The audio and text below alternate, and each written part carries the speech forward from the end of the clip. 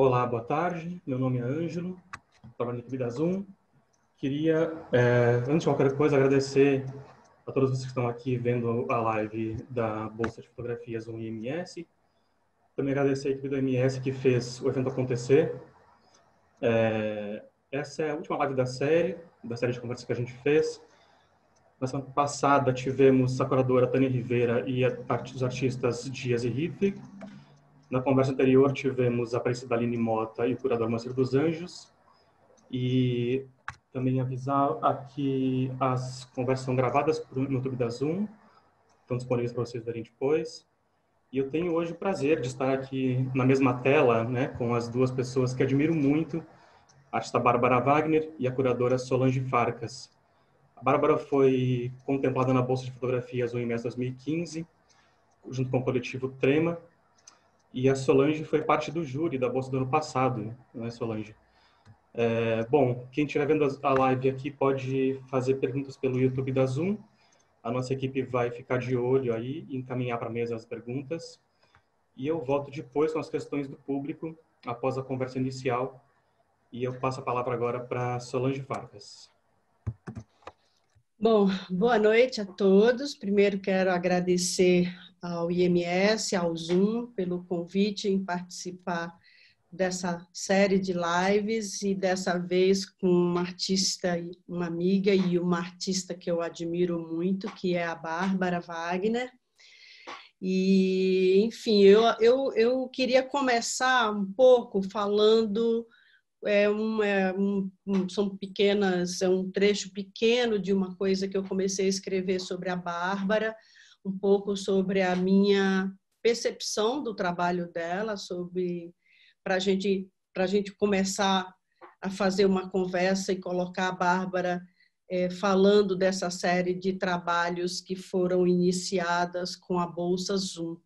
Né? Assim, desde 2013, Bárbara, me corrija se eu estiver errada, que a Bárbara, em parceria com o Benjamin de Burca, tem apresentado uma sequência de trabalhos que funcionam para mim como antenas dos tempos que vivemos. Não por uma intenção de apresentar uma narrativa política, mas simplesmente pela honestidade dos encontros entre suas poéticas com os ruídos dos nossos tempos. Corpos, músicas e gestos de grupos ou de manifestações culturais, religiosas, populares e subversivas ganham potência em obras audiovisuais, nas instalações, nos filmes curtos. Essas obras cuidadosamente elaboradas que trazem visualidade de contranarrativas culturais presentes nos vários cantos do Brasil, em particular no Nordeste, em Pernambuco, e também nas periferias de São Paulo. Identificamos nos gestos confiança e potência dos personagens que a Bárbara traz para os seus filmes, uma cumplicidade entre ela e os artistas, entre ela e esses atores, personagens, na verdade, atores desses filmes. É um elo que se estabelece durante toda a produção do trabalho, que é muito extraordinário e que é uma primeira leitura que se faz do trabalho. É compreensível perceber e entender o reconhecimento enorme que o trabalho da Bárbara tem tido no mundo das artes, pelo menos nos últimos 5, 6 anos, 7 anos, pela excelência que ela tem em mediar e dirigir desejos, trabalhando a partir dos elementos fornecidos pelos próprios sujeitos registrados, por suas culturas, seus swings, seus contextos e desejos de autorrepresentação. Assim, seus trabalhos têm revelado uma preocupação quanto à formalização e o enaltecimento de estéticas narrativas existentes fora do circuito da arte contemporânea, antecedendo ao boom de decolonidade como afirmação nas produções artísticas atuais. Bom, isso é só para a gente entrar um pouco nesse clima da produção da Bárbara, mas a gente meio que combinou aqui de começar a falar sobre uma série que começa com o mestre de cerimônia, que a Bárbara que pode fazer essa introdução desse grupo, esse corpo de obras que começou a partir, na verdade, de mestres de cerimônia. Bárbara. Solange, querida, que prazer poder estar aqui. Eu não sei se já está... Eu não estou conseguindo ver se eu já estou na tela conversando com você e com o público que está acompanhando, mas antes de qualquer coisa eu queria agradecer ao Ângelo, ao Instituto Moreira Salles, à equipe da Zoom, e dizer que é um prazer enorme poder falar da minha experiência como bolsista, traçar um caminho a partir do desenvolvimento da série Mestre de Cerimônias em 2015 para cá, e como o corpo de trabalhos que eu desenvolvi com o Benjamin em audiovisual está fundamentado mesmo naquela pesquisa fotográfica. A bolsa foi um suporte muito grande, né, a bolsa foi um suporte muito grande para o trabalho de maneira geral. Eu não sei se eu estou conseguindo aparecer aqui. Eu te vejo, Solange. Você consegue me ver? Você está na tela cheia. Ótimo. Eu acho que o que você falou, para mim, é super importante a gente entender que essa prática artística não muito convencional, né, porque ela vem do jornalismo, do retrato, de uma prática em documentário, né? E eu acho que essa ideia da colaboração é uma coisa que eu estava querendo desenvolver já como fotojornalista. Eu comecei a trabalhar com filme, com câmera analógica, com filme em película, mas eu passei pouco tempo nessa prática. Eu imediatamente já comecei a trabalhar com digital. Então, esse desejo de partilha da construção mesmo da imagem com o retratado, ela está na minha prática como jornalista. Eu não tinha muita intenção de trabalhar como artista, não exatamente, eu não estudei arte no Brasil, um pouco mais tarde cheguei a vir para a Europa para aprender um pouco do que seria uma prática documental dentro do circuito artístico, mas do que você introduziu, uma das coisas que eu acho que é realmente interessante é introduzir a ideia do trabalho em colaboração, né? Então, eu comecei a trabalhar em fotografia com as pessoas que eu estava retratando. Depois, a minha prática com o Benjamin é uma extensão dessa ideia da colaboração. E um pouco mais adiante, num desenvolvimento maior de pesquisa e de linguagem, a gente tem trabalhado muito com coletivos. Então, a gente trabalha com grupos ou artistas que têm uma prática que é ela mesma muito colaborativa. Então,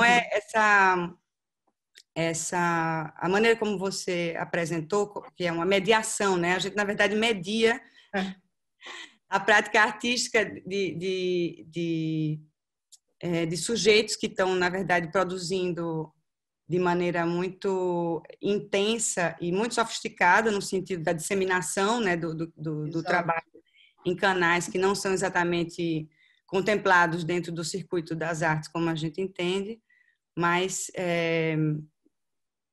de certa forma, o que a gente faz é mesmo uma mediação. Eu concordo, gosto muito disso e me sinto desse jeito mesmo, trabalhando. Eu pensei em dividir um pouco do que foi escrever o projeto em 2015. Eu já estava trabalhando em torno das boates e casas de show no Recife para poder entender a cena do brega.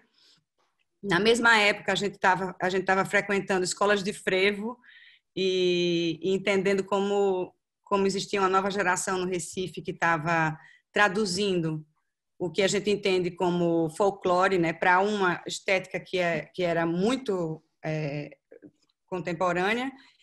E o que estava acontecendo em 2015 era exatamente uma pesquisa que saía, como eu cheguei até a traçar isso na época, saiu do terreiro, foi para o palco e depois foi para o altar. Então, o Faz que Vai estava no terreiro, que é a ideia da capoeira, que se desenvolveu no frevo, e que os 4 dançarinos do Faz que Vai transformaram em uma dança muito híbrida em vários sentidos. Mas o Está Fazendo Coisas é um trabalho que traz essas tradições para o palco, e mais tardiamente a gente encontra uma outra expressão dessa prática nos altares das igrejas evangélicas. Então, vamos dizer, esse trabalho que, na verdade, era um tríptico, que depois virou um quarteto com o Swing Guerra, que foi para o Pavilhão Nacional, foi para a representação do Brasil na Bienal de Veneza no ano passado. Esses 4 trabalhos se desenvolveram a partir de 2015, e a Bolsa foi fundamental para a gente entender o que estava acontecendo e a urgência da gente tratar da maneira como aquela geração estava se representando, como você falou. É uma representação que, na verdade, é muito consciente, é muito elaborada. Articulada, não? Exato. E então todo trabalho de pesquisa é muito mais de observação e de aprendizagem. Antes da gente formalizar qualquer tipo de proposta, tanto fotográfica quanto em cinema, a gente entra ali e fica observando muito. Então tem um interesse de bastidor no trabalho que eu faço na fotografia e que eu vinha desenvolver com o Benjamin nos vídeos, e que eu propus, eu escrevi em 2015 para o júri, que acabou selecionando o projeto em 2015.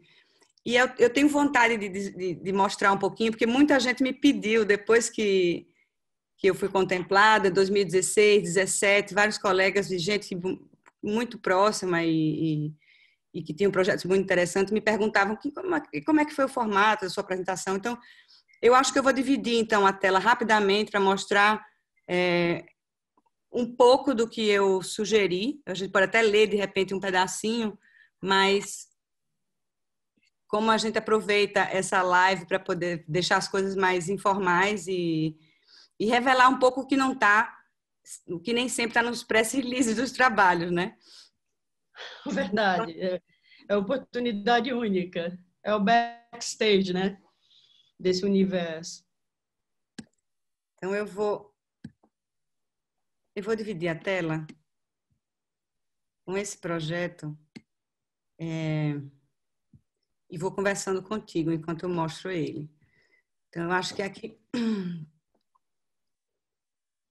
Mestre de Cerimônias já foi o título que eu sugeri em 2015.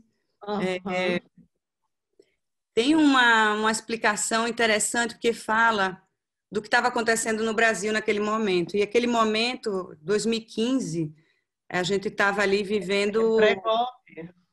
Exatamente. A gente tinha acabado de entender o que era uma ascensão da nova classe média. Em 2013 vieram os protestos.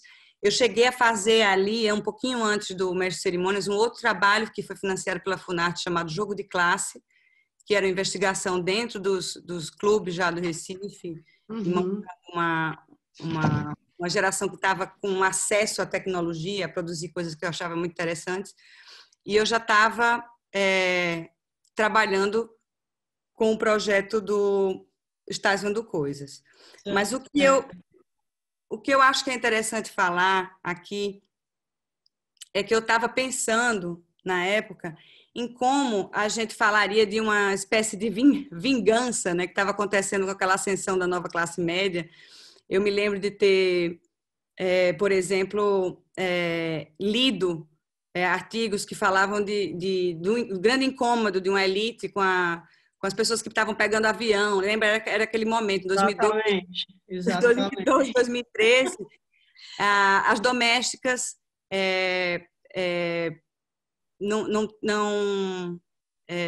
enfim, estavam sendo vistas, então, como profissionais que tinham direito Exato. Com cidadãs, né? Com trabalhadoras, com direito a todas as regalias que qualquer um outro profissional. Isso é muito interessante. O trabalho começa a partir daí, de certa forma, né? Dessa mudança que gerou no caos, na verdade, infelizmente, culminou com esse caos que a gente está vivendo hoje, né? Gerado por essa rejeição dessa classe média, assim, de não ver... Não, exato. O trabalho que eu comecei a fazer com o Benjamin nos últimos anos, ele pega ali de 2013 até agora, e a gente viveu movimentos muito distintos, né? Incrível. Mas eu acho muito interessante a gente falar sobre isso, porque o que eu estou mostrando aqui são referências de artistas, fotógrafos e cineastas que eu observava, então, na época, que estavam querendo mostrar já o que acontece quando os corpos, na verdade, se apresentam, como você falou, articulando muito bem os desejos, né? Exatamente. Quando tem protagonismo, né? Eu coloquei aqui, por exemplo, no meu anexo no projeto... O Jean Rouch aí. O Jean Rouch com Le Maître Fou, que é um...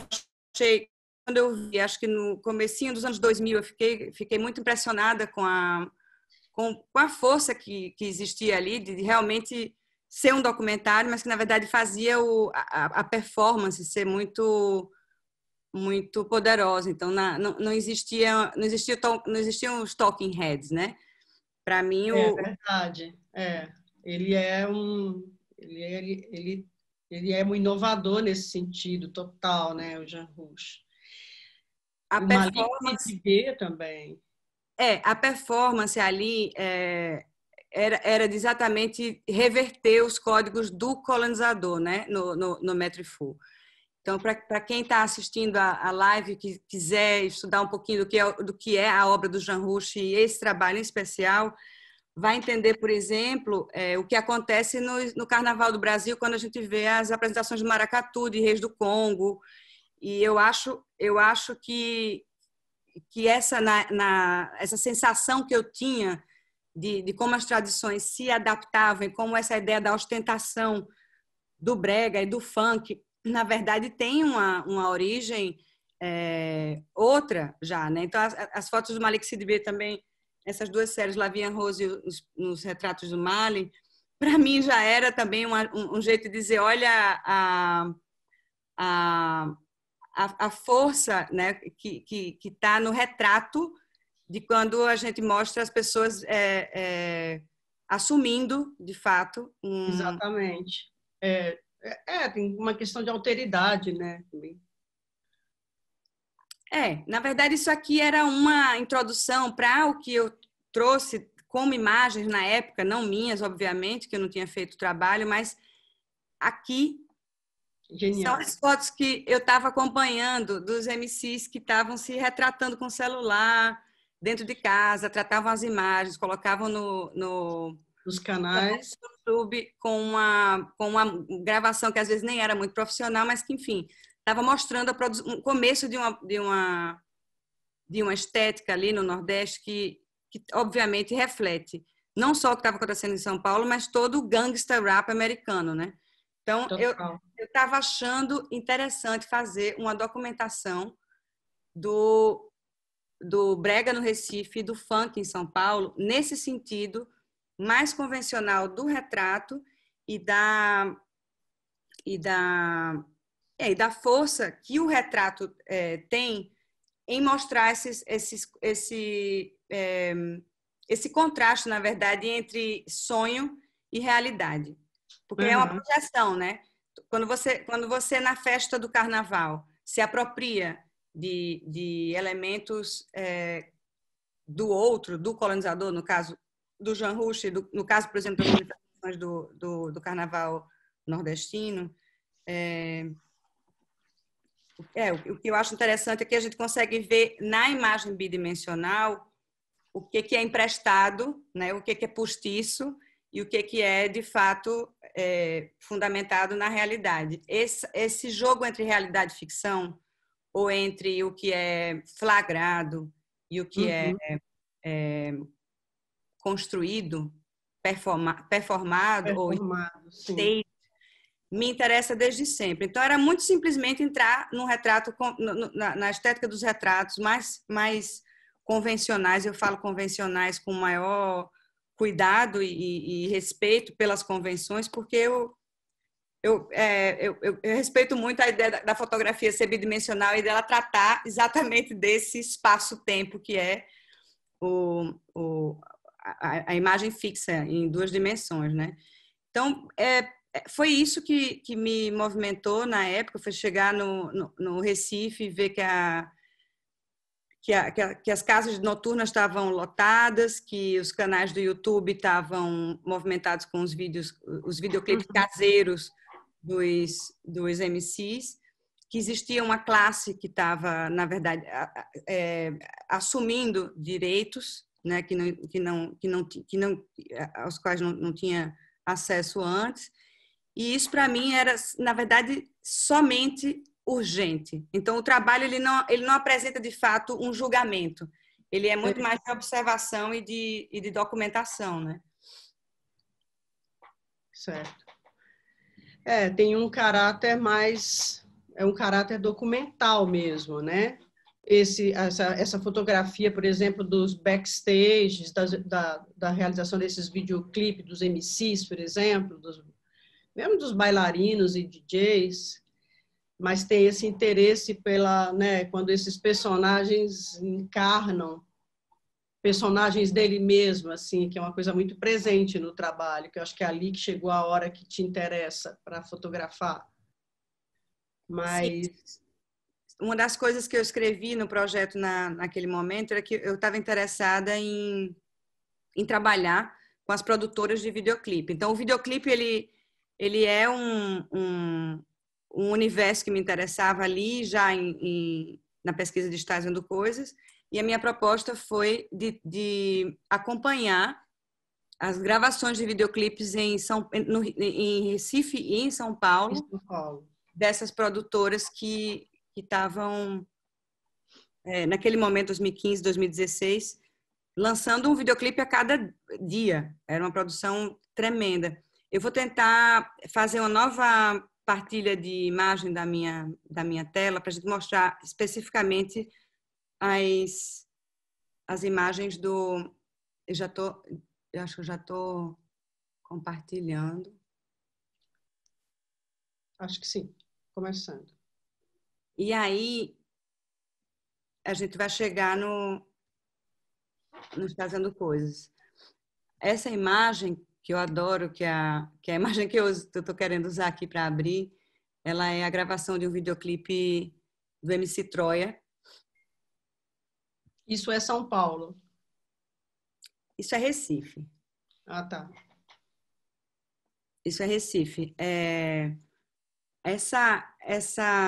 Esse interesse em estar no set, mas de não ser eu quem cria o cenário ou a própria ação, me interessa muito, que é exatamente isso que dispara o projeto, né? A gente quer, na verdade, observar o que está em jogo, qual é o desejo, quais são as letras, quem está falando sobre o que para quem, como os corpos se movimentam. Então, começou ali um trabalho que depois se estendeu para o filme dos evangélicos, inclusive. Mas é isso, esse drone, por exemplo, filmando o grupo que canta, para mim é interessante mostrar que eles estão, na verdade, fazendo o vídeo para o drone, né? Eu estou ali fotografando embaixo, mas a câmera é deles. Tá. Mas o gestual, a performance toda é para a câmera do drone. Toda essa série, Mestre de Cerimônias, é uma série de retratos feitos durante as gravações de videoclipes. Então, o que a gente observa É isso, é um outro protagonismo, outras vozes e, na verdade, para um público muito, muito específico, né? Eu estava querendo muito simplesmente estar ali para... Mas é interessante porque aqui você já vê uma coisa que é bem característica, assim, também do teu trabalho como fotógrafo, essa questão do enquadramento, né? O sujeito sempre no centro da imagem, com essa iluminação, luz do dia, mas com um flash na figura que potencializa muito tudo isso, né? E sempre com essa autonomia do sujeito fotografado, né? Ele está sempre empoderadíssimo. Na verdade, essa ideia do poder me interessa muito porque é sobre isso mesmo, né? Exatamente. A ideia como é que eu posso dizer? A ideia do sucesso, né? Da ascensão social, de subir na vida, de vencer. Essa é a grande força, a grande vontade para muitos brasileiros naquele momento, né? Claro, claro. Na verdade é que esse tipo de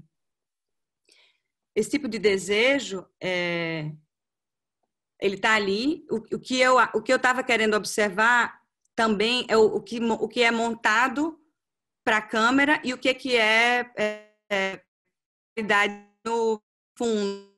Então, essa coisa da iluminação, o uso do flash, da luz artificial misturada com a luz ambiente do dia ou de ambientes internos à noite, é exatamente para poder a gente ver onde é que os corpos estão. Obviamente, nos videoclipes, eles fazem um outro tratamento. Eventualmente, eles recortam, os clipes têm um ritmo muito acelerado. Então, congelar a pose do corpo no espaço é um recurso que eu considero super importante para a gente pensar, né? É um lugar que não está tão longe ao ponto de celebrar exatamente o que está sendo dito e expressado, mas também não é tão distante ao ponto de ser simplesmente uma observação crítica, né? Então, tem um envolvimento com uma intenção de reflexão. Eu acho que é exatamente esse lugar de mostrar o corpo inteiro, o espaço, mas de não estar nem tão perto nem tão longe. Que é uma coisa que acabou entrando na fotografia que a gente faz para os vídeos com certeza. Com Pedro Sotero, que é fotógrafo com quem a gente trabalha desde 2015. Ele fez 7 filmes com a gente, é fotógrafo do Kleber Mendonça. Um grande fotógrafo. Aliás, essa é uma coisa, não sei se é o momento da gente falar agora, mas uma curiosidade enorme que eu tenho é pensar, a partir do momento que você convida um diretor de fotografia, de cinema, para trabalhar com vocês, já numa clara atitude do audiovisual, do cinema, que você sendo uma fotógrafa, né, a tua relação como fotógrafa numa produção cinematográfica que os últimos filmes acabaram, que são, na verdade, a tua relação como fotógrafa com este fotógrafo que está ali para fotografar, eu tenho muita curiosidade para ver como ela se dá, porque é diferente de uma produção, de uma ficção, por exemplo, de uma relação padrão do cinema. Né? Aqui é um trabalho mais... Não que no cinema não seja, é um trabalho autoral, claro, mas você tem uma particularidade, uma linguagem, uma gramática muito clara de como da tua fotografia. Então, como é a tua relação com o fotógrafo no momento de decupar e de pensar as imagens, a filmagem em si? Olha, eu só trabalho com o Pedro. Mas, enfim. Então, não sei muito dizer o que é dirigir outra pessoa. Na verdade, Pedrinho, ele é um grande amigo hoje. A gente começou a trabalhar e eventualmente, muito naturalmente, a gente não conseguiu se desgrudar nunca mais, porque Pedro está no Recife, Pedro tem uma investigação dele próprio como fotógrafo, pesquisador, um interesse em cultura e Aham, em economia, quer dizer, não dá para descolar uma coisa da outra. Então, a partir do momento que você enquadra, você está comentando, né? O Pedro, ele é muito versátil também, então ele tem uma experiência de cinema e quando ele vem trabalhar com a gente, comigo, com o Benjamin, ele sabe que o nosso interesse é no sujeito. uhum, Esse sujeito aqui vai disparar uma narrativa dele próprio que a gente, de uma forma muito experimental, transforma num musical, em audiovisual. Mas a gente aham, não faz cinema narrativo, a gente não faz roteiro em aham. texto, os Sei, filmes já claro. têm diálogo. Eu considero, inclusive, que os filmes são filmes de retratos, né? E de sketches. A gente se interessa pela música, a música carrega de maneira muito solta esse sentido narrativo, mas o que conta é o ritmo, Exatamente. como os corpos se movimentam, e nesse tipo de gesto da câmera e do corpo, a gente entender o fazer artístico, e é nesse sentido que a gente entende economia. Não é à toa que a gente estava ali olhando para a produção dos videoclipes, na sequência do trabalho da Bolsa Zoom,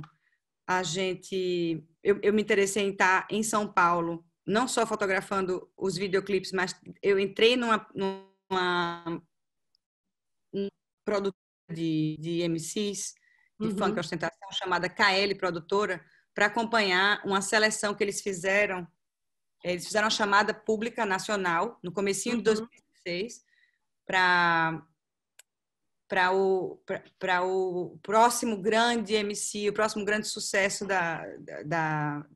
daquela produtora.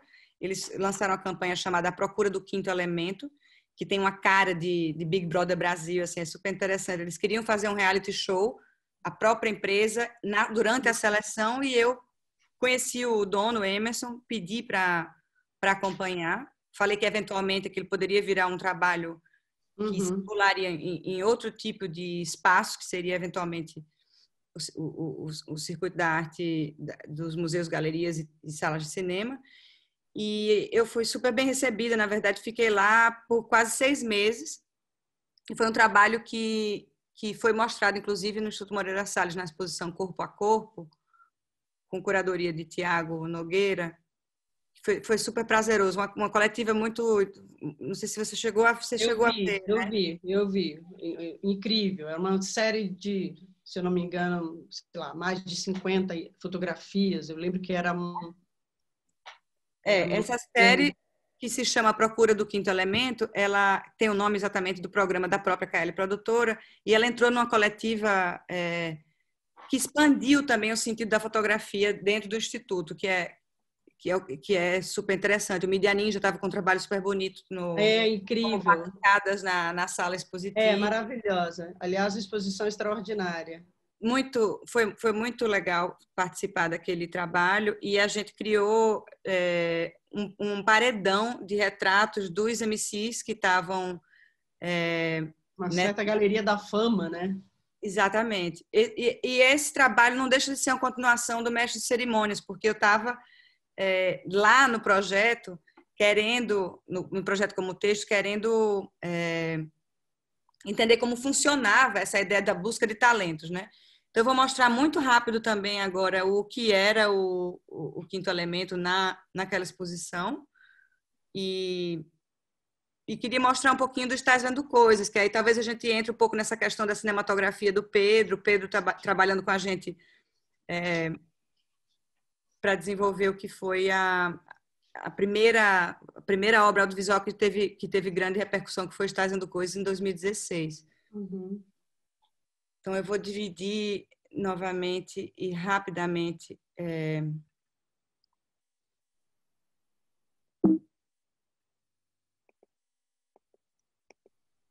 os retratos de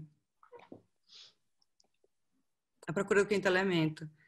Eles estão, na verdade, são MCs que estão esperando para entrar na sala Na sua vez. da produtora, diante de 3, 4 jurados, para cantar um funk que podia ser mais melódico, podia ser funk putaria ou funk ostentação.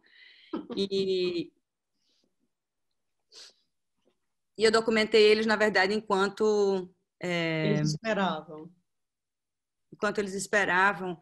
Eu cheguei a levar um fundo infinito, porque eu estava interessada ali em olhar para o que eles traziam nos corpos, para a expressão de rosto. É outra convenção também de retrato que me interessava ali. Eles individualmente têm bastante interesse, mas eu acho que, eventualmente, o que ficou interessante foi a gente colocar um ao lado do outro e sobre um papel de parede que, na verdade, era uma fotografia que estava dentro da KL, que é um paredão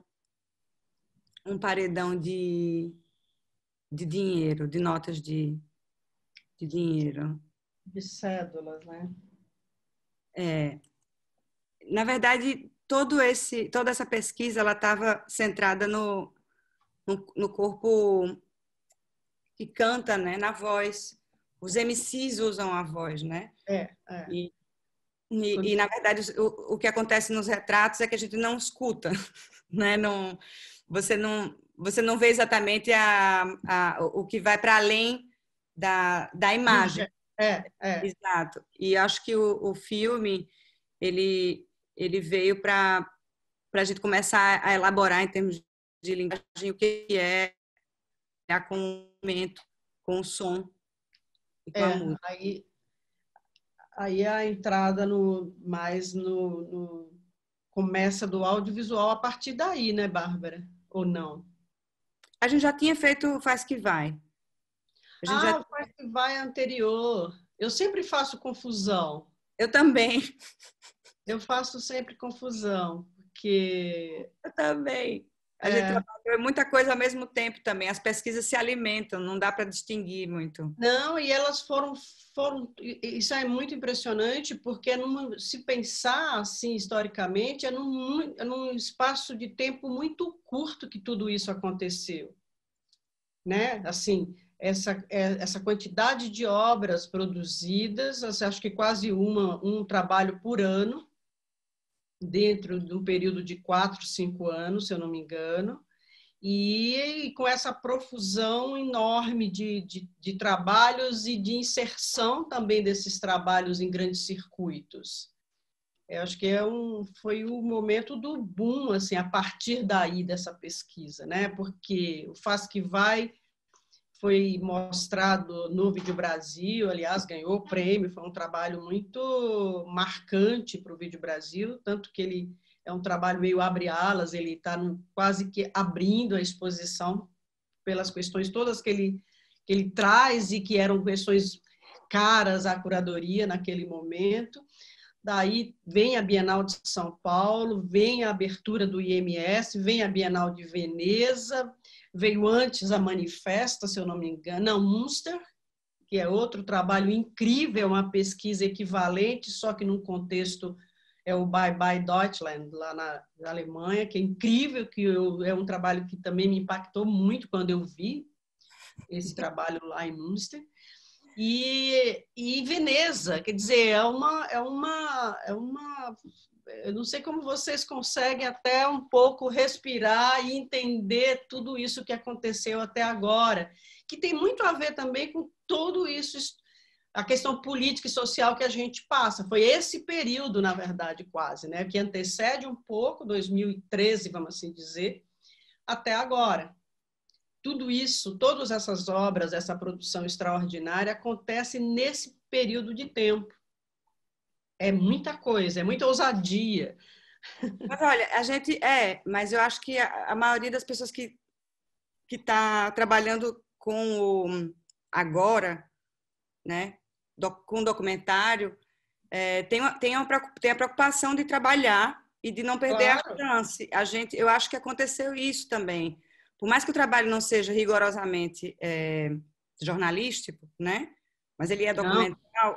e ele eu Talvez acho até, talvez até mais eficiente que o jornalismo, porque ele traz essas questões, todas as questões de ordem política, comenta as questões de ordem política, cultural, mas com a potência da arte, né? Então, acho que isso é a força gigantesca desse trabalho.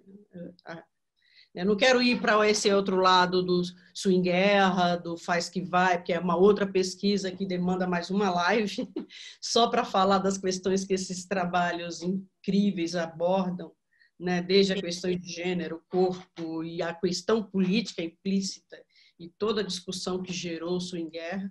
Mas vamos voltar lá para a nossa pesquisa. Você estava começando a mostrar um filme que eu acho que é importante, eu posso mostrar o Estás Vendo Coisas, não? mostrar um pedacinho do Estás Vendo Coisas, onde a gente vê essa estética do making of, que está no Mestre de Cerimônias, essa, essa coisa do casting, né, Isso. do Quinto Elemento,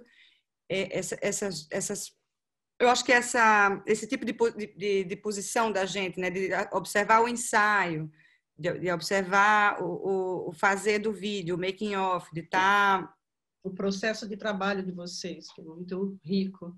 No casting, a gente, na verdade, está em torno do espetáculo, a gente não está exatamente no resultado final, mas a gente está sempre querendo ver, de um jeito mais transversal, como é que ele é produzido. E eu acho que o videoclipe ele ocupou muito o nosso interesse naqueles anos 2014, 15, 16 até 17, quando a gente produz o Terremoto Santo, porque você está falando, se falou muito rapidamente da força política do guerra, mas o Santo Exatamente, filme a questão dos evangélicos, que é extremamente importante e atualíssimo.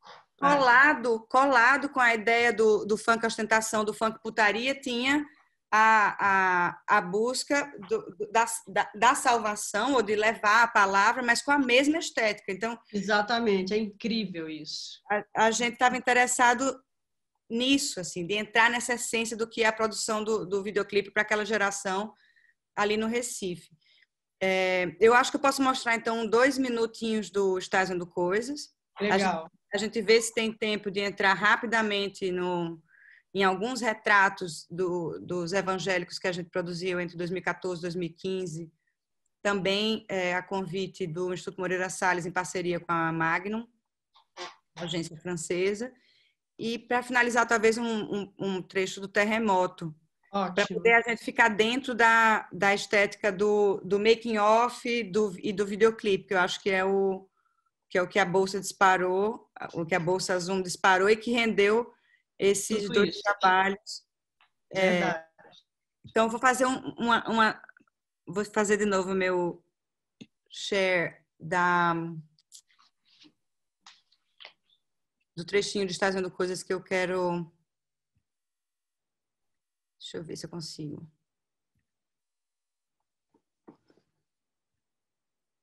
Não sei se eu estou exatamente no vídeo. Não, tá ótimo, dá para, tá bem. Vou pegar um pedacinho a partir daqui.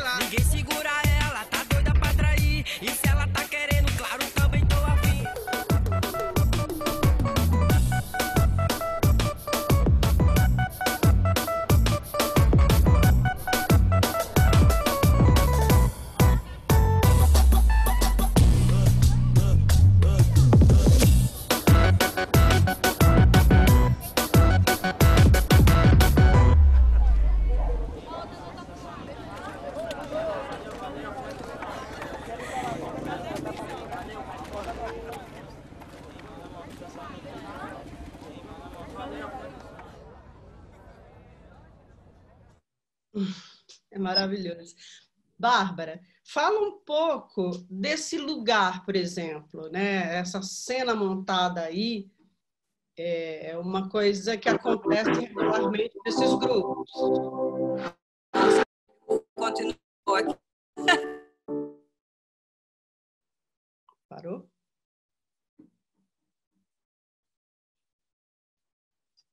Oi?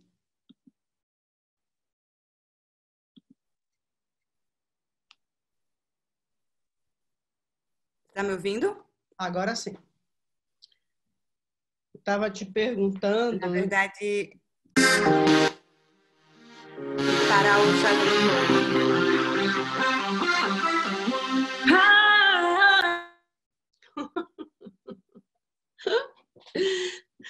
Mas era para você falar um pouco dessa cena que a gente viu, assim. Foi uma cena montada para o teu filme.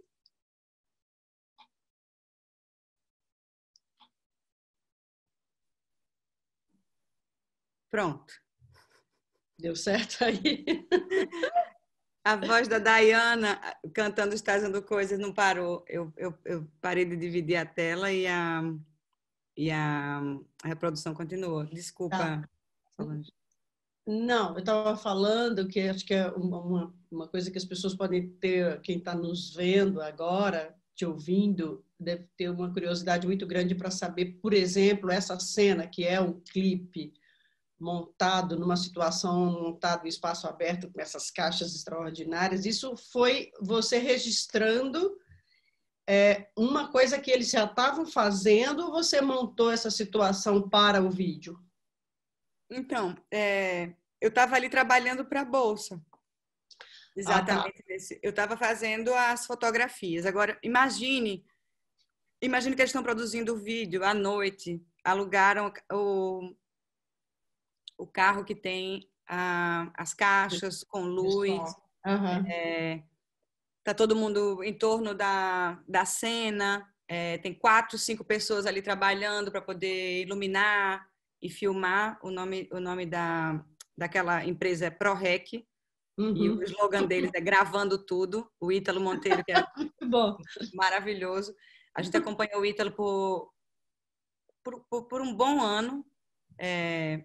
E o que acontece ali, na verdade, é que eles estão fazendo o trabalho deles. Eu consegui acompanhar vários dos vídeos e eu só fotografava, inclusive usando flash, em momentos muito específicos, né? Em que eu não interferia no trabalho deles. E eu comecei a simplesmente filmar, em alguns momentos, o que eles estavam fazendo. E essa coleção de vídeos foi o que deixou a gente animado para inserir esse material no Estágio do Coisas, que já tinha sido gravado na época, mas só exclusivamente dentro da casa noturna. Então, o que acontece ali, as cenas mais construídas são as cenas no escuro da boate, em que os dançarinos estão se vestindo para atuar, a Dayana está ensaiando, o Porky está cortando o próprio cabelo. O Está Fazendo Coisas é um filme que fala de desejos e de aspirações, mas também de uma precariedade do trabalho artístico, né? São todos profissionais da arte, só que ainda também precisando viver de outras atividades. Então, a Dayana é bombeira e cantora, o Porco é cabeleireiro e MC, todos os dançarinos trabalham com outras coisas. Então, aquilo que a gente estava falando do poder, essa expressão do poder e a melancolia que existe também em se perceber nesse terreno muito frágil, né? Que é um trabalho independente como artista. Isso está, eu acho, muito forte no Está Fazendo Coisas. Menos no Terremoto. O Terremoto já é um filme que mostra mostra o poder da fé, não só no texto, mas a gente tentou traduzir aquilo para o vídeo também, né? Como a gente no cinema faz crer. Tem uma hora que a tela se mexe para dar a sensação do terremoto. É totalmente. É genial aquilo. Eu não sei se a gente tem tempo, acho que temos uns minutos aí, não sei se a gente mostra um pouco dessa série. Não sei se você tem curiosidade de ver uns 2 ou 3 retratos do trabalho que começou o terremoto. Podia ser, porque eu acho que a gente pode mostrar trechos de Steel e o filme. Pode ser? Eu acho que sim, porque aí a gente vai falar da complexidade que foi esse período.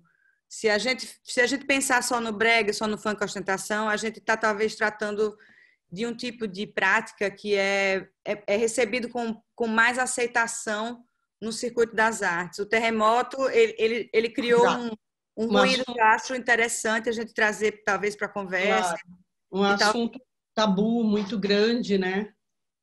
E não só no circuito das artes, né, Bárbara? É uma questão, assim, cada vez mais, hoje, central numa discussão desse Brasil que a gente está vivendo hoje. Os evangélicos atravessam tudo isso.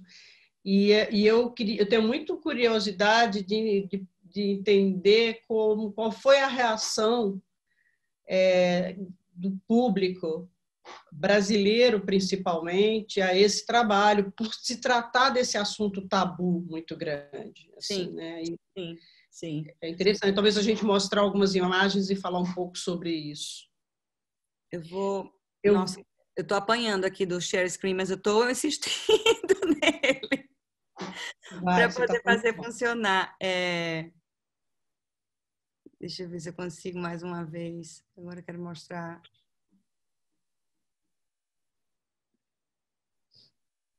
Olha, esse trabalho que eu vou te mostrar agora, não sei se você chegou a ver, ele foi exibido poucas vezes e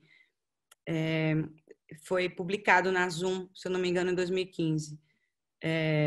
Ele não está associado à bolsa, ele foi um convite feito pela Magnum ao IMS na época da Copa e com a sugestão do Instituto, fotógrafos brasileiros se colocaram nas ruas por um mês para fotografar outros aspectos do Brasil durante a Copa. Chamava Offside Brasil. E em conversa com o Tiago e com a curadora responsável pelo projeto na França, a gente chegou à conclusão que ia ser interessante estar acompanhando o movimento da Igreja Evangélica no Nordeste, especificamente em Recife e em torno, né, no interior, nas igrejas evangélicas. Então, foi exatamente por conta dessa conversa com o Tiago que eu comecei a estar presente, na verdade, dos cultos de denominações de igrejas evangélicas bem distintas. Então, no início, eu cheguei aí para a Igreja Universal, aqui, por exemplo, está sem legenda, mas todo o trabalho tem o nome de todas as pessoas fotografadas e a denominação da igreja da qual elas fazem parte. Eu achei muito mais interessante a Assembleia de Deus na época, porque a Assembleia de Deus tem um interesse na música, no canto. Então, a própria arquitetura da igreja prevê espaços para o grupo das mulheres que cantam, as crianças, os homens, os jovens. Tem os coros, tem as bandas. E eu estava interessada em trabalhar em colaboração. A Igreja Universal, por exemplo, que é um pouco mais sendo a igreja... As imagens a gente ainda não está vendo, Bárbara. Você não chegou a ver nenhuma imagem do Crentes e Pregadores? Não compartilhou. Agora. Você consegue ver agora? Sim. Eu não sabia se estava passando. Não. Agora sim. É muito interessante. Eu li, talvez na própria revista da Zoom, uma entrevista tua, ou um depoimento, um vídeo, você falando do início dessa pesquisa, da tua abordagem, de como você até você chegar até eles, assim, né, para ter essa cumplicidade que é tão característica do trabalho de vocês, do teu trabalho, que não foi exatamente tão fácil quanto com os grupos de músicos, os MCs, assim, porque, né, até dá para se entender. E uma coisa tão importante do teu trabalho é essa cumplicidade, né? Até você chegar a esse momento de entrar na igreja e poder transitar. É uma história tão bacana de ouvir, né? Esse desafio dado por esse trabalho. Olha, sim, é aquilo que eu estava falando um pouquinho antes. A Universal, por exemplo, que é uma igreja que não tem muito interesse no trabalho, na igreja, pelo menos no culto, eu não percebi um trabalho na comunidade nesse sentido da performance, da celebração do ritual. Então, existe o ritual, é um outro ritual, inclusive, que toma emprestado bastante dos afros, das né? religiões afro-brasileiras. Exatamente. Tem todo um espaço para se trabalhar um ritual ali. Mas o canto, ele para mim, ficou muito mais claro na Assembleia de Deus do Nordeste, sobretudo do interior. E eu não tive dificuldade de trabalhar lá. É engraçado, assim, não, as pessoas foram muito generosas, na verdade, em receber a gente, na verdade, a mim, ao Benjamin no início, eu com câmera fotográfica, o Benjamin me ajudando com o flash, mas depois, para a pesquisa de terremoto, com a equipe um pouquinho maior, o Pedro, a produtora, o assistente de direção, a gente fazendo pesquisa de campo. De campo, exato. Viajando, conhecendo as igrejas, assistindo os cultos, conhecendo gente, visitando as casas, conhecendo as famílias. Isso foi quanto tempo, esse processo? Olha, não chega a ser também tanto tempo, não. Normalmente a gente faz isso, vem ao longo das outras pesquisas, porque a gente já estava assistindo muito videoclipe gospel na época da produção do Trazendo Coisas, mas a gente começou a acompanhar grupos de cantores evangélicos por conta da ProRec, que estava gravando tanto os MCs de brega quanto os cantores de música evangélica, sem distinção. Incrível. Porque é empresa, então eles estavam simplesmente gravando o videoclipe com o know-how que eles têm. Exatamente. Então, para a gente foi um processo muito natural seguir essa trilha para chegar no terremoto. Agora, sim, o filme ele confundia um pouco. As pessoas estavam achando que a gente estava dando voz, que é uma expressão esquisita, né? Sobretudo no momento em que a gente fala de quem está falando o quê, para quem, com que direito, que autoridade. E essas reflexões são tão importantes. E a gente não estava dando voz, porque não é, como mediadores, a gente não acha que seja o caso. Mas a crítica foi em relação a gente, num momento tão delicado que era o momento do golpe, o momento em que a gente estava percebendo, né, uma força conservadora muito forte, a gente perdendo um pouco o prumo do que vinha pela frente, exatamente em 2016 para 2017, e a gente na verdade, decidi fazer um filme em colaboração com esses cantores para poder entender que desejo é esse, que prática é essa e como é que é a feitura dos vídeos. Mas a gente sentiu que existia um incômodo muito grande, tanto na área de quem faz filme, nos festivais, no circuito do cinema, quanto no circuito das artes visuais, uma confusão nesse sentido, de como assim? Vocês estão dando voz aos nossos inimigos, E eu estava muito segura de que eles não são meus inimigos, não. Então, eu tinha muita vontade, sim, de me aproximar, de observar, e esse trabalho, o Terremoto, ele entrou junto com a procura do quinto elemento, na exposição Corpo a Corpo. Foi uma felicidade muito grande, eu acho que enriqueceu o debate para todo mundo. Para mim foi importantíssimo poder ver aqueles trabalhos lado a lado também, e dentro daquela exposição. Mas eu acho que o Terremoto é um filme muito particular na nossa prática, porque ele encontrou um lugar muito preciso eu acho que o calor, né, do momento. A gente não tinha ainda visto muita representação do evangélico no cinema até então, daquele jeito. Nenhum, né? Nenhum. É um trabalho que é extremamente oportuno.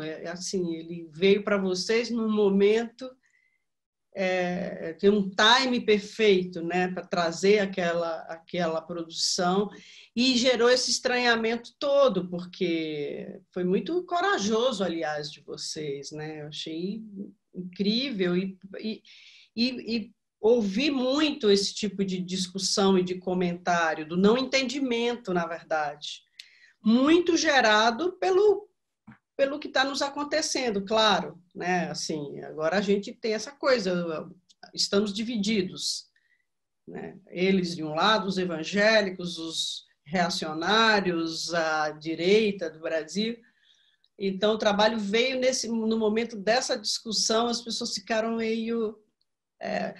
elas antes de pensar, foram logo emitindo uma opinião. Acho que tinham que esperar um pouco, né, para poder perceber ali que não era um posicionamento político, evidente que não, né? Assim. Eu acho que é muito legal essa conversa, porque a política está em tudo isso, né? É óbvio. A gente, do mesmo jeito, o método, por exemplo, que a gente usou para pesquisar o brega foi o mesmo para pesquisar a música evangélica, e eu vou mostrar um pedacinho do vídeo e aí a gente segue talvez com a conversa logo depois. E acho que o Ângelo vai acabar depois trazendo perguntas e eu acho que também está na hora da gente dar um pouco de espaço para o público. Vamos ver o trecho do filme. Eu quero muito mostrar esse trechinho para a gente poder refletir sobre isso com o público, mas vamos ver. Share. Acho que agora eu consigo. Tá. Enter full screen, e agora vai. Me escutas quando o clã acalma o meu pensar, me levas pelo fogo, curando todo o meu ser. Creio que tu és a vida, creio que não há outro igual a ti. Jesus, eu preciso de ti.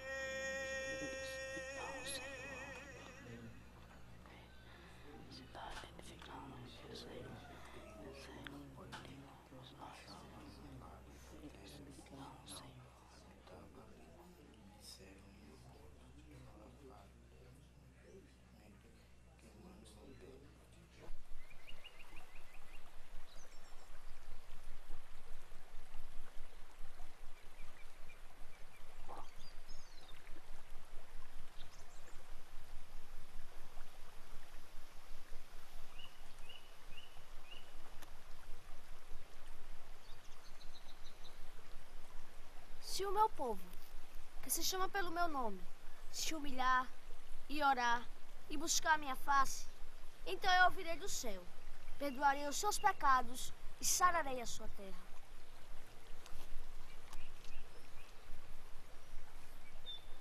Porque a lei se cumpre em um só mandamento: amarás ao teu próximo como a ti mesmo.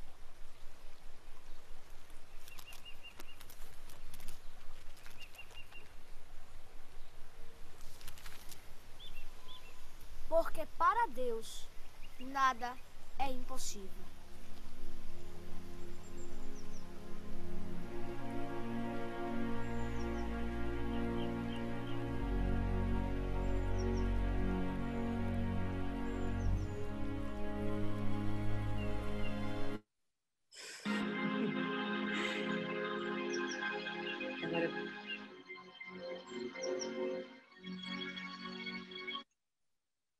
Foi. Voltei para cá, né? Voltou. Nossa, é maravilhoso. É maravilhoso. O trabalho tem outro trecho que está online, por isso que eu mostrei esse outro. Tem a Tassiana cantando o Terremoto Santo, que é super bonito, que é quando a câmera treme, que é mais espetacular. Tem um amigo meu, Gabriel Domingues, que falou para mim: nossa, não gostei do filme quando eu vi a primeira vez, mas na segunda era como se fosse Pablo Vittar, a Pablo me dizendo, senta na minha cara, que era igual o terremoto, porque de fato tem uma força ali. Eu quis mostrar esse momento mais a capela, porque ele é muito bonito e eu me emocionei muito fazendo o terremoto, e acho que a gente pode pensar nisso, assim, a posição política que a gente tentou nesse filme era de aproximação para uma compreensão do que é o fenômeno, porque é isso, assim, as pessoas que a gente conheceu não tem muita distinção, Solange, da turma do Brega, não. Na verdade, quem é do Brega é da igreja também. Nas periferias, a gente vê a igreja do lado da casa de show. Então, na verdade, o trânsito é o mesmo e tudo que todo mundo quer é ter uma vida melhor, né? Então... Exatamente. Entra aí aquela tua fala, aliás, no teu texto para o projeto da Bolsa, que você fala, né, que do governo do Lula, que todo mundo queria, as pessoas estão batalhando por um lugar ao sol, né? Então, acho que essa é a questão, principalmente nas periferias, ou na periferia do Brasil, se a gente puder falar assim, né, do que não é São Paulo, né, que são as pessoas que se aproximam da igreja porque é um lugar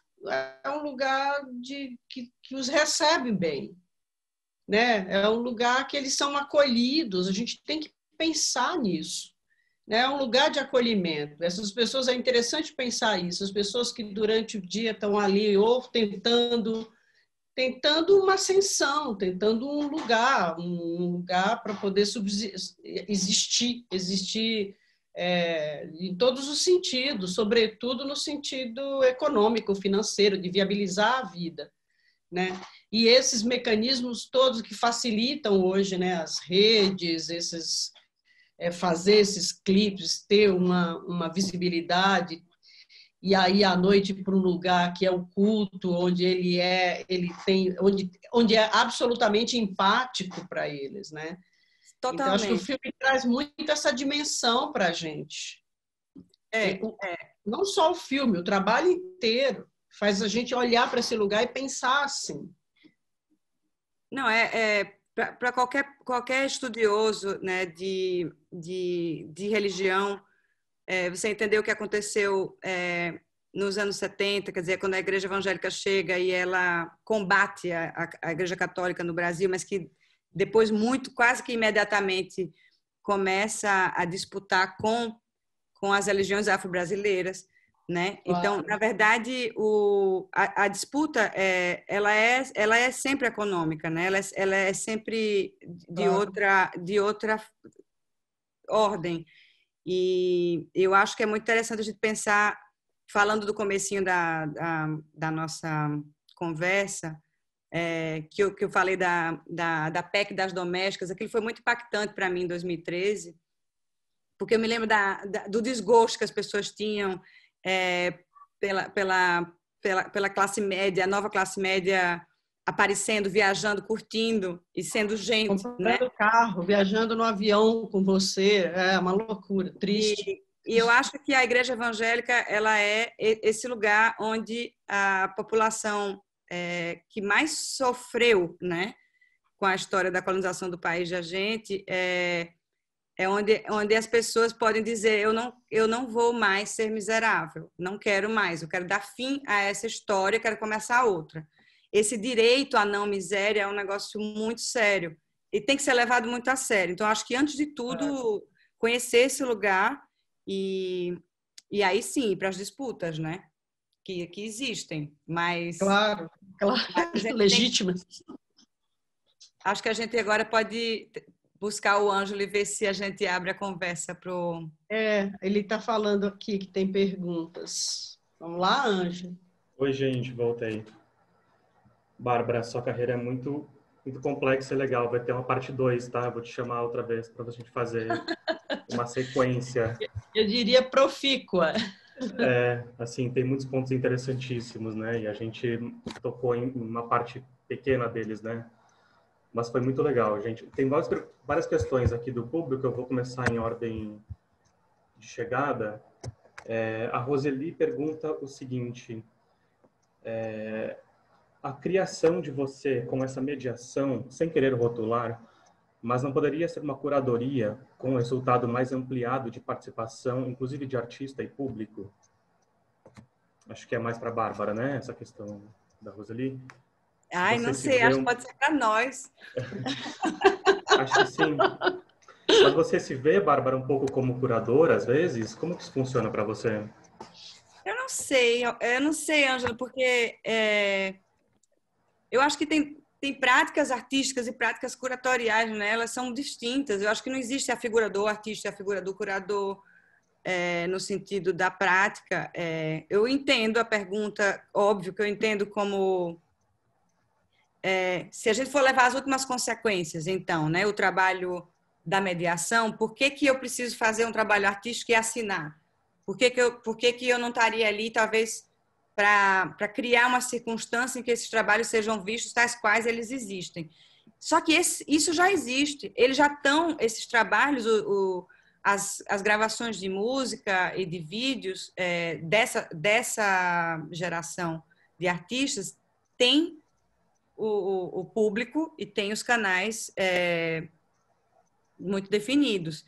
Então, eu acho que o que eu encontrei como prática artística, tendo todo um aprendizado de uma formação de jornalismo, foi me aproximar, desenvolver um olhar para esse tipo de prática fora do circuito e conseguir trazer isso para dentro do circuito artístico. Eu acho que é diferente nesse sentido. Como eu nunca pensei em ser curadora, mas eu acho que tem uma aproximação com o trabalho do curador, sim, né? No sentido de mediação. Exatamente.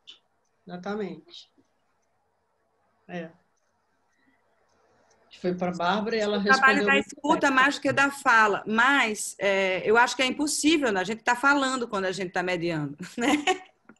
Tem uma posição ali. E acho que isso é interessante.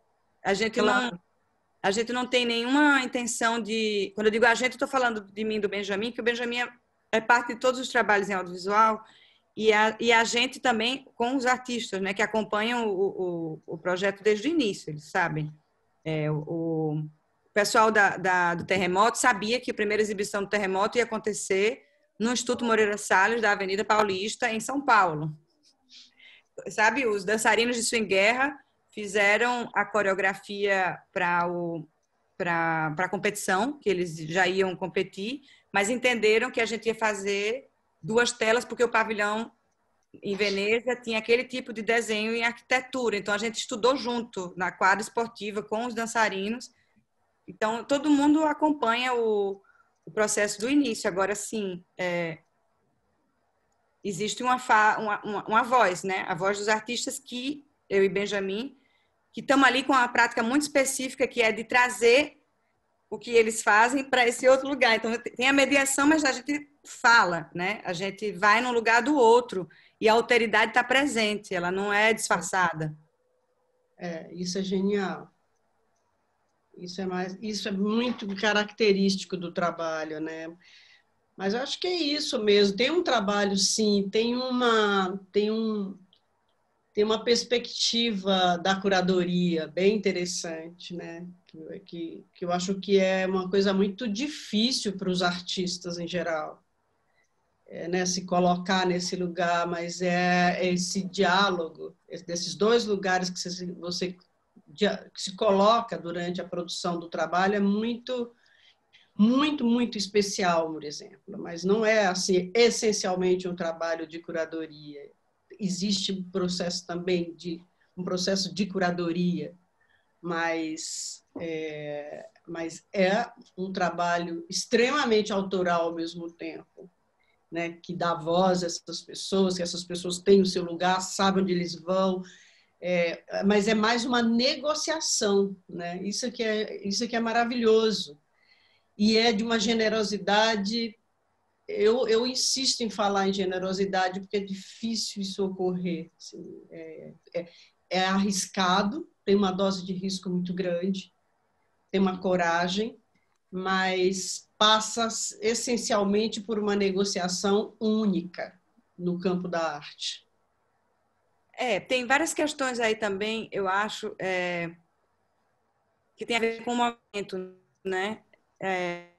Não sei se isso vai acabar vindo em outras perguntas, mas, por exemplo, o que a gente estava entendendo como trabalhos de arte contemporânea realizados por artistas negros no Brasil no comecinho nessa segunda década dos anos 2000, mudou radicalmente dos últimos 4 anos para cá, 5 anos para cá, né? Então, toda essa ideia da representatividade de artistas negros, por exemplo, e eu digo que essa é uma questão da nossa prática, porque a gente vai para a periferia do Recife trabalhar com o brega, a gente vai atrás dos dançarinos de frevo, e aí a gente vai para o interior e trabalha com os cantores de música evangélica. A gente está tratando de outros corpos, de outras experiências, de outras vozes. Agora, hoje, a gente pode pensar em curadorias e práticas artísticas que não precisariam de mediação mais. Agora, esse é um trabalho... A gente está num lugar em que a gente está tratando de cultura pop em música, né? Que está em outro canal. A gente está interessado nesse outro lugar e trabalhar em colaboração com eles na linguagem de cinema e musical, e isso vir para o circuito da arte.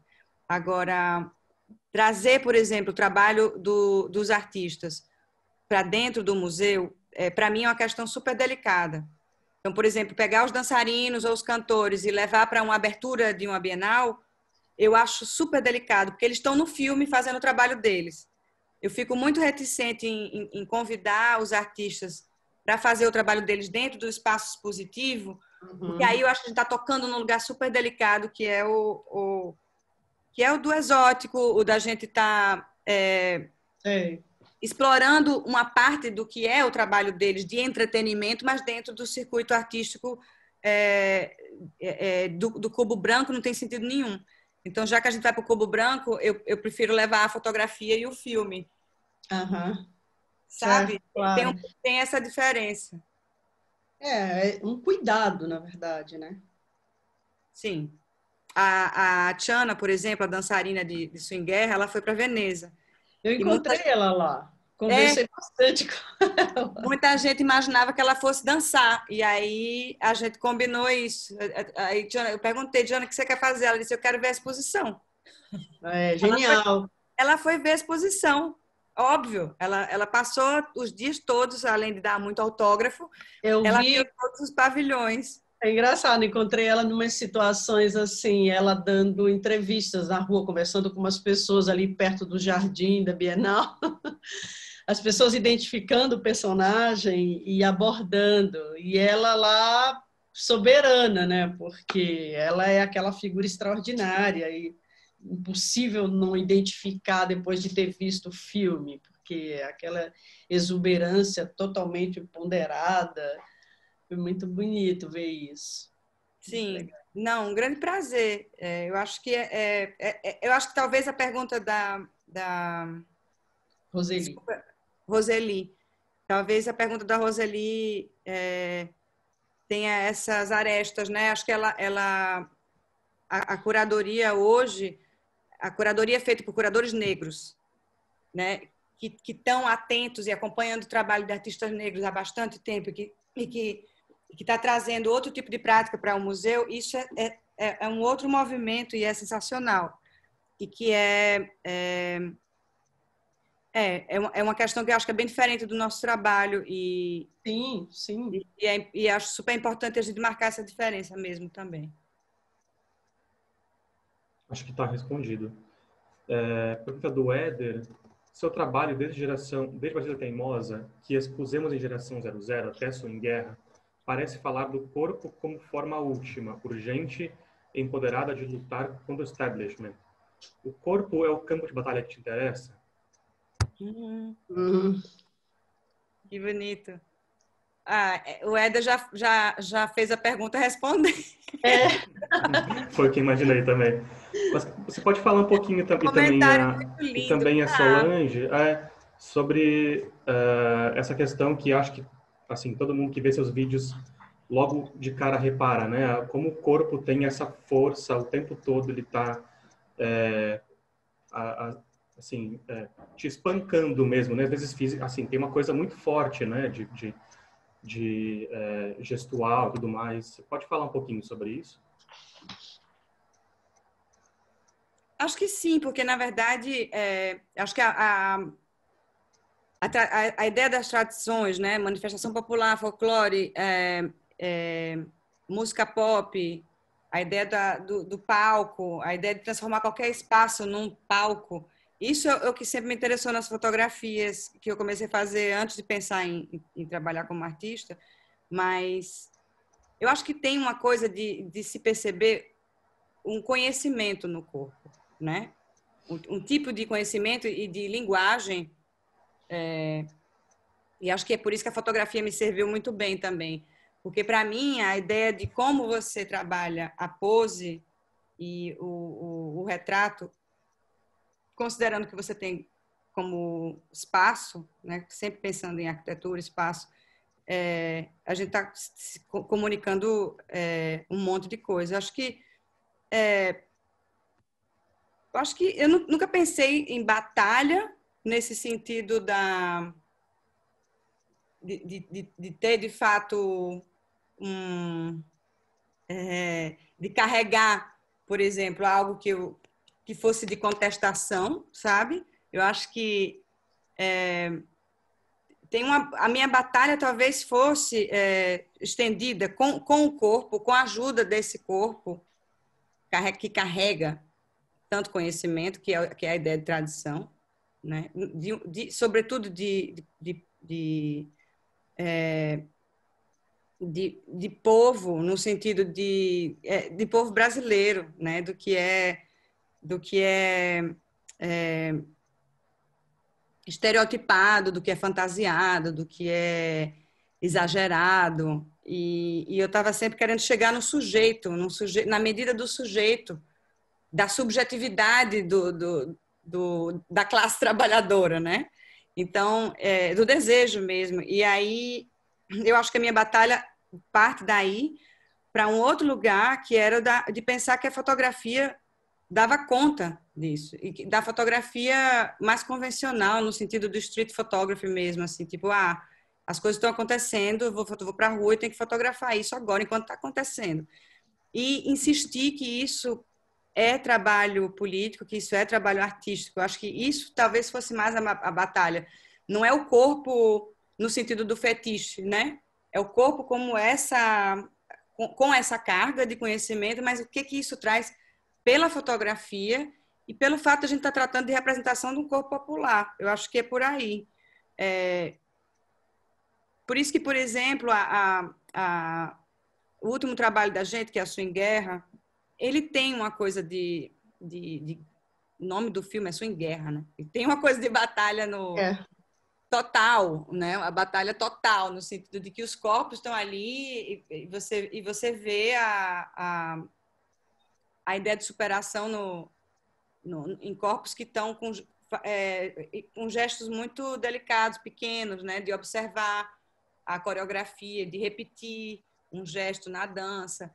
Mas tem uma delicadeza muito grande também ali. Então, eu acho que é importante também desmistificar essa ideia da luta, como se os corpos fossem esse lugar de uma resistência que tem uma cara, né, de batalha, quando, na verdade, existe também toda uma delicadeza que é importante observar. Tem delicadeza, tem melancolia, tem dúvida, tem precariedade, tem dor, tem tudo isso e tem resistência. Mas eu acho que é importante a gente imaginar resistências, né?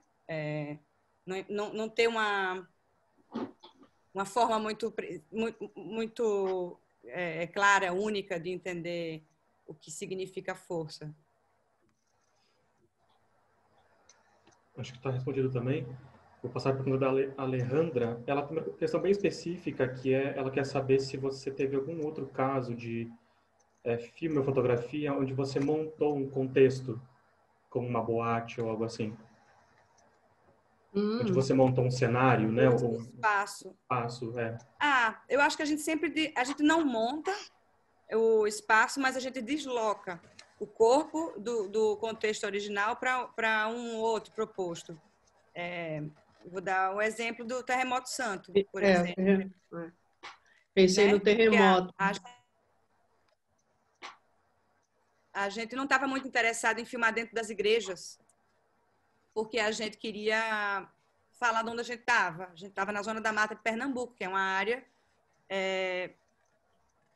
que vive da cana-de-açúcar, né, até hoje. Então, aquela geração de jovens que canta nas igrejas e que vai gravar o videoclipe é a primeira geração que está trabalhando com arte, né? Os pais e avós da maioria dos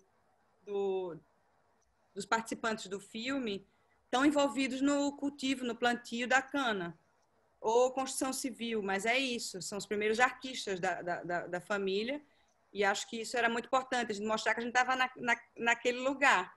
Então, ir para fora da igreja foi a solução, e acho que tem a ver também com a ideia do divino ser, nas letras das músicas, uma força da natureza, né? Também. Mas a gente, por exemplo, no Estação do Coisa, a gente decidiu gravar o filme todo dentro de uma boate. A boate é exatamente o que ela é, mas é óbvio que o que a gente faz é esquisito, porque aí a gente traz um estúdio de gravação para dentro da boate. Normalmente o estúdio não é ali. Ali é o lugar da performance no palco. Só que a gente decidiu transformar a boate numa espécie de máquina do brega, aonde a gente estudou a planta da boate para poder fazer o roteiro do filme. Então, o camarote era o estúdio de gravação de voz, o dancing era o camarim, vamos dizer assim, onde os artistas estavam se preparando para gravar o videoclipe, e o palco era onde eles finalmente posavam para a câmera, que é onde a Diana decide ir embora e pega o caminhão de bombeiro e abandona tudo. Mas a gente não monta exatamente, a gente sugere um tipo de colagem, vamos dizer assim, entre figura e fundo que normalmente estariam ali. Uma questão parecida, o Wesley pergunta se a coreografia dos vídeos são construídas colaborativamente ou essa é uma coisa que é entregue pelos retratados? Eu acho que é muito dos artistas. Eles vêm, na verdade, a gente vai primeiro até eles, aí a gente convida, eles vêm eventualmente ou não, mas normalmente é tudo a partir do conteúdo que eles trazem. Então, os cantores trazem as canções, as composições, músicos as suas batidas e a sua forma de executar os instrumentos. Os dançarinos trazem suas coreografias. Agora, como eu acabei de falar para responder a pergunta anterior, quando a gente desloca a performance do sujeito, né, que está habituado a cantar na igreja, ou a cantar no palco, ou a tocar em determinada circunstância, a gente sugere um outro tipo de contexto, e aí normalmente uma coisa a mais vem. Na verdade, é um trabalho de provocação. Então, se a gente tivesse fazendo uma documentação da performance do cantor evangélico na igreja, a gente estaria fazendo a mesma coisa que eles já fazem. Então, na verdade, o que a gente faz é dizer, e se o palco fosse a natureza? E se o palco fosse... E se o estúdio fosse o camarote? E esse "e se" é a grande diversão, é o grande desafio, é é onde a gente descobre, é a grande dúvida também. A gente nunca sabe o que vai acontecer, nem nós, nem os artistas. É nesse lugar que a gente vai, porque se a gente não for num lugar que a gente não conhece, não tem por que fazer filme nem foto, né? A gente está com o tempo estourado, né, como vocês devem ter percebido, mas é uma pergunta final do Rafael, que mandou para a gente também pelo YouTube. Ele quer saber quanto tempo você leva os projetos, quanto tempo você leva para fazer cada projeto. Você já falou, na verdade, que as coisas se misturam um pouco, né? Que você está fazendo um e aí vem o outro e elas vão... A pesquisa mistura com a gravação de um, né? Mas você tem uma média de tempo que você já calculou, assim, de cada projeto? Ou isso não... Olha, a gente nunca calculou nós mesmos enquanto a gente está fazendo, mas a gente, para sobreviver no circuito da arte de maneira independente, a gente lida bastante com os limites, né? Então, a gente eventualmente tem que fazer, transformar o projeto num documento, e a gente submete para um tipo de fundo, e aí o resultado sai, tem um limite de tempo para execução, tem tudo isso que ajuda a gente a dar corpo para o projeto, senão ele também não sai. E aí, eu acho que o que aconteceu até hoje, juntando nossos projetos com o interesse de instituições para exibir, a gente acaba fazendo pesquisa mais ou menos 4, 5 meses e mais 4, 5 meses de preparação, filmagem, pós-produção, e o mesmo para fotografia, assim, não deixa de ser a mesma coisa. Dá para fazer um projeto por ano, mais ou menos, só que a gente acabou fazendo 1,5 projeto por ano nos últimos 7, 8 anos, então eu não recomendo também não. Eu acho que é muito importante respirar, observar. Tem hora que o que a gente tem que fazer é amadurecer mesmo as ideias, esperar. Tem hora que não dá, que você tem que fazer mesmo sem saber o que é direito, né? Então é muito difícil mesmo estimar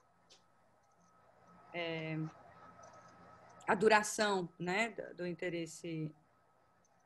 Mas é muito importante ter os limites, acho que é isso que eu posso dizer em relação a isso. Sem o limite não dá.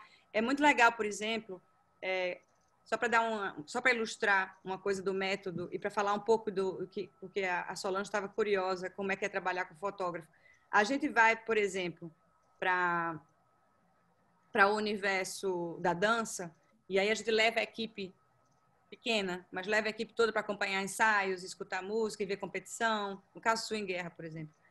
E aí chega um momento em que a gente sabe que precisa selecionar parte daquela dança, ou tais grupos, ou determinado lugar, vai ser o lugar do filme, e aí as coisas vão começando a ficar estreitas. Aí tem hora que assim, e aí, qual é quem vai dançar o quê? E a gente só tem, às vezes, 2, 3 dias antes de filmar para decidir, e é muito legal que isso aconteça assim, porque tem coisa que é decidida ali entre nós, por causa daquela circunstância da urgência, e não a outra coisa. Então, os filmes e as séries de fotografia são o que são pelos limites. Eu gosto muito disso, porque senão também não sai, né? Isso também dá um caráter muito palpável para as coisas e mantém o trabalho fora de controle da gente, que é importante. Quando a gente estabelece que tem de fazer o roteiro final, a gente já passou 6 meses pesquisando, mas que o roteiro tem que ser definido naquela semana, é muito legal porque o que dá para fazer dá, o que não dá, não dá, e aí a gente trabalha só naquilo que chegou na nossa mão e acredita que dali vai sair filme. Tem que ter fé.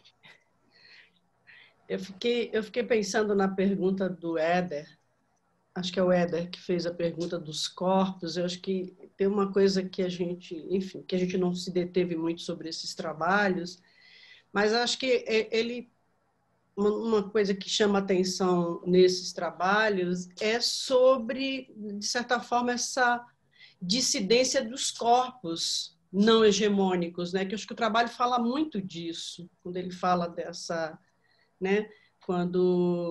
Que é um gesto político e estético mesmo, assim, sobretudo nesse contexto autoritário que a gente está, né? Então, esses corpos que são de figuras de outros gêneros, e quando eles se mostram tão no primeiro plano da narrativa, então, quase que ostensivamente, eu acho que ele tem aí esse poder mesmo, né? De subversão. Acho que um pouco sobre isso que o Éder também está falando. Sim, sim, sem dúvida. E isso eu acho que é a grande razão da gente estar fazendo o que a gente faz. Agora, o que eu queria acrescentar era o que a gente entende como força, né? O que a gente entende como resistência. Eu acho que isso é uma coisa que talvez uma coisa para a gente carregar para frente, apontar para um futuro em que a gente não precise que quem está sofrendo há tanto tempo precise estar no front dessa batalha. Eu acho que tem um pouco isso, assim, que a gente escolhe nossos também pela forma pelo como dizer, pela capacidade de escuta e de absorção, mais do que da coisa viril da guerra e do, sabe? Eu acho que é um pouco isso. Urso em Guerra é um filme que precisava ser assim. Ele precisava honrar a bandeira nacional e precisava falar de piroca, precisava falar de guerra, mas eu acho que a gente precisa estar atento a como a força se apresenta de outras formas também. Eu percebo isso, eu tenho percebido isso cada vez mais, Solange. Também porque existe uma expectativa muito grande, às vezes, que a gente vai sempre tratar de subculturas. As pessoas ficam achando que os projetos da gente vão sempre tratar de grupos que vão subverter uma ordem. E, na verdade, eu já começo a achar que eles não estão subvertendo nada, que, na verdade, eles têm uma ordem própria, né? E a gente só está olhando para ela.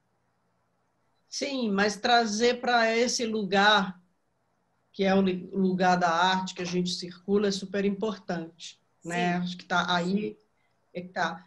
E eu acho que, por exemplo, o trabalho de vocês mais recente, esse que acabou de acontecer, que está lá em Marseille, ele já mostra já vem para outro lugar, né? Completamente diferente dessas questões que são, em geral, produzidas aqui no Brasil, que é muito interessante, é outro aspecto do trabalho de vocês.